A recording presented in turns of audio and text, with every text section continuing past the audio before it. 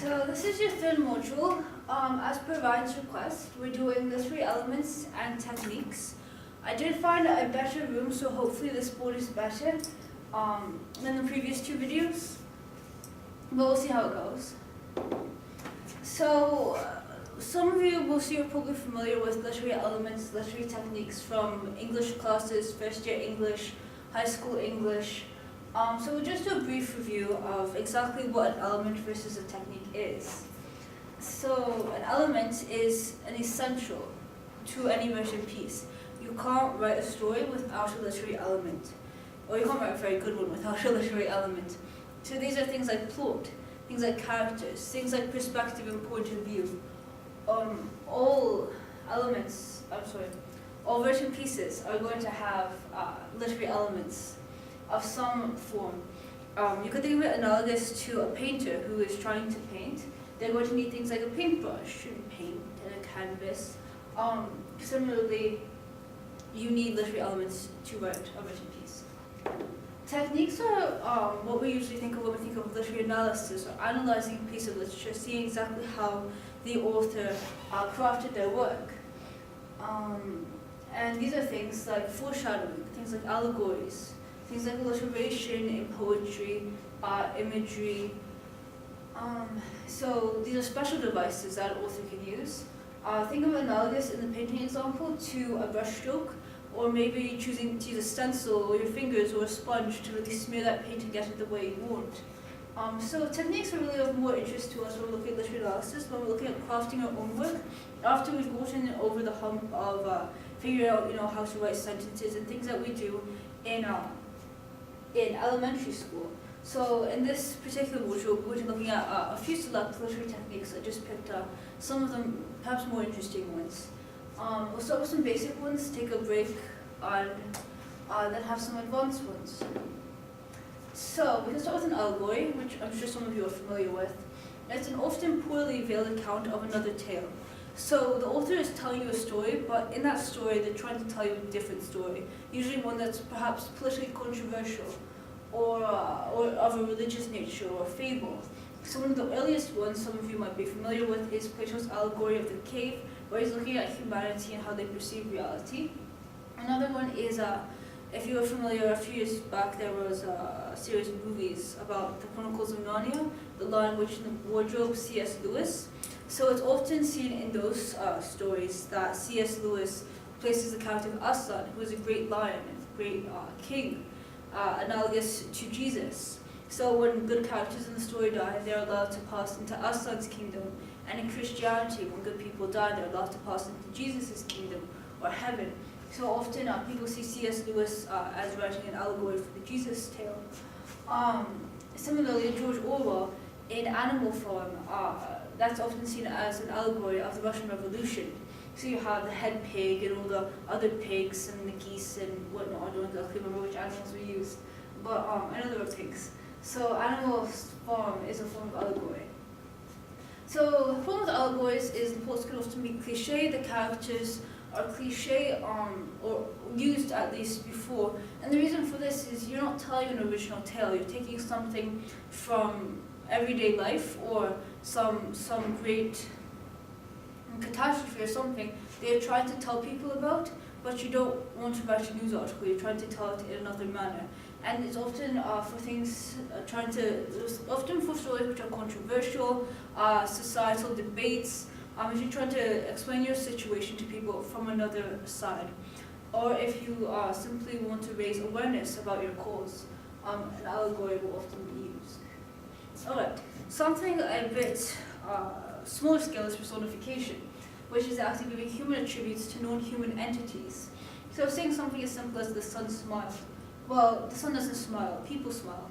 But if we say that the sun smiled, we're giving the sun a human characteristic, a human attribute. Similarly, the wind growled, people growl, the wind doesn't growl. So giving these non-human entities a human trait kind of brings them closer to the reader, closer to home, and makes the reader more able to relate with them. So personification is just an interesting thing to use. An extended personification is anthropomorphism. So anthropomorphism is when you give an entire human, when you entirely humanize a non-human entity except for their appearance. So they'll appear like a rabbit, like a tortoise, but they'll have races, they'll speak like humans, they'll work through logic problems like humans, they'll argue like humans. So you often see these in fables, obviously the tortoise in the hare is what I was thinking of. Also Disney movies and children's movies. So we can consider Robin Hood, who is an anthropomorphized fox. He's a fox, but he shoots arrows and saves the day and things like that, completely human things. Another one is Lightning McQueen, again anthropomorphized because he's a car, but he behaves as a human would. And the whole cast of Winnie the Pooh, I think here we have a bear, a tiger, a pig, and a donkey, all of which again have been anthropomorphized. There's a whole slew of examples that you can look for. Another example is the fourth wall. So fourth wall refers to an invisible wall which exists between the characters in a story or a play or a film and the reader or the audience, or the viewers.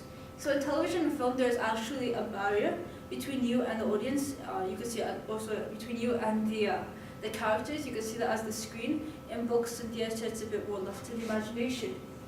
But the fourth wall allows us to view the occurrences inside the story without having the people inside the story be influenced by us. Now, a key technique is breaking the fourth wall, where the characters of the story break the fourth wall to directly address the audience. So they step aside from the story in which they're participating to directly address you. It could have happened in a book when the author asks the readers a question. Often happens in theatre as an aside, where the character will tell the audience something that the other characters in the play supposedly do not hear. It can occur in a film, it can occur anywhere. Sometimes a method of breaking the wall is direct narrator involvement. So if I'm narrating the story to you, I'm outside the story. Chances are you are seeing me as outside the fourth wall because I'm not influenced by what's going on in the story. I'm just telling you. So I'm kind of on the same level as you are. Now, if something in the story happens and they drag me into the story, me as the separate narrator, that's another form of breaking the wall because it's going to somebody who is supposedly outside the story and dragging them into the events of the story. Horror movies can also use this. If you've ever seen, the hand coming towards the camera, it's threatening to break the fourth wall. Obviously, it can't, but it's just suggestive of kind of going outside the story and into the audience. Another one we can look at is Chekhov's gun.